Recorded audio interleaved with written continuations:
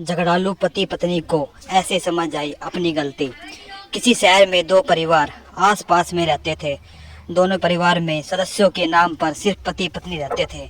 इनमें से एक परिवार हर वक्त लड़ता झगड़ता रहता था। उनकी इन हरकतों की वजह से आसपास के लोग भी परेशान थे, जबकि दूसरा परिवार शांति से रहता था। उनके घर से कभी किसी तरह की लड़ाई की आवाज़ नहीं आती थी। एक दिन झगड़ालू परिवार की पत्नी ने अपने पति से कहा, अपने पड़ोस में जो भी पति पत्नी रहते हैं वे कितने शांत हैं। उनके घर से कभी किसी तरह के विवाद की आवाज़ नहीं आती। तुम जाओ और देखो कि वे इतने अच्छे तरीके से रहने के लिए क्या करते हैं। पति चुपचाप गया और छुप कर देखने लगा। उसने देखा कि पत्नी हाल में फर्श पर पोछा लगा रही है। तभी किचन से कुछ आवाज़ आई और वो किचन में चली गई। तभी पति अपने कमरे से निकलकर बाहर आया तो उसकी ठोकर से हाल में पानी से भरी बाल्टी का सारा पानी फर्श पर फैल गया। आवाज़ सुनकर पत्नी किचन से आई तो देखा कि पूरे फर्श पर पानी ही पानी है।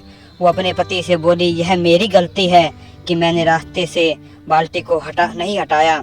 पति ने जवाब दिया, नहीं नहीं, ये मेरी गलती है क्योंकि मैंने ध्यान से नहीं देखा और गलती से मेरा पैर बाल्टी पर लग गया।